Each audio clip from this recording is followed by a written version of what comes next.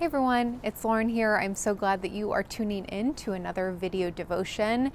And I've noticed over the past month or two, I've had this thought kind of circling in my head that I can't quite let go of. So I thought that I would make use of it and talk to you all about it. And that is this idea that we are not God.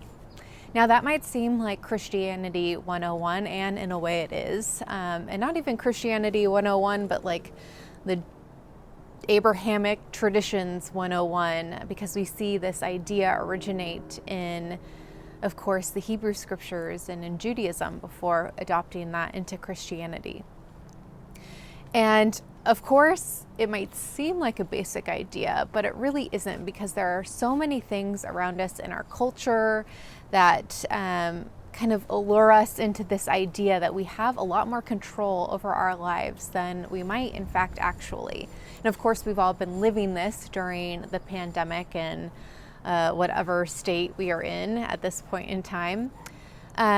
But not being God actually allows us to reflect on the idea that we are created in the image of God, which of course comes from Genesis, but is transformed in the New Testament, in scriptures like Matthew 25, where Jesus says, "Whatever you do for the least of these, you do for me." And in fact, in early Christianity, there was never an attempt to define what it means for humans to be created in the image of God without thinking of that through the person of Jesus Christ. So, in a sense, we can think of ourselves as created in the image of Christ even, because Christ, of course, is the image of God in the world. Now, what I have found so fascinating about that is the incredible ramifications that has on how we hold our politics or engage in community with each other.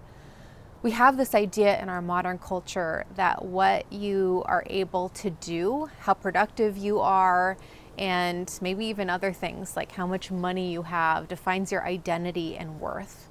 But in fact, because we are created in the image of God, the image of Christ, we have a much deeper sense of our identity and our worth.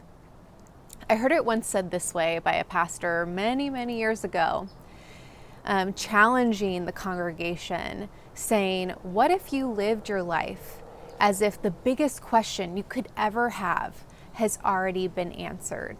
And of course, that question is, who are you and what is your worth? And God and our scriptures give us a clear sense of the answers of that. You and everyone is a child of God, created in the image of God, the image of Christ. You are beloved and gifted, no matter what this world has to say about you.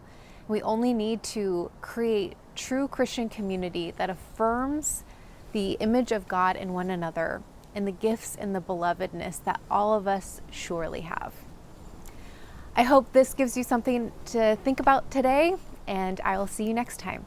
Take care.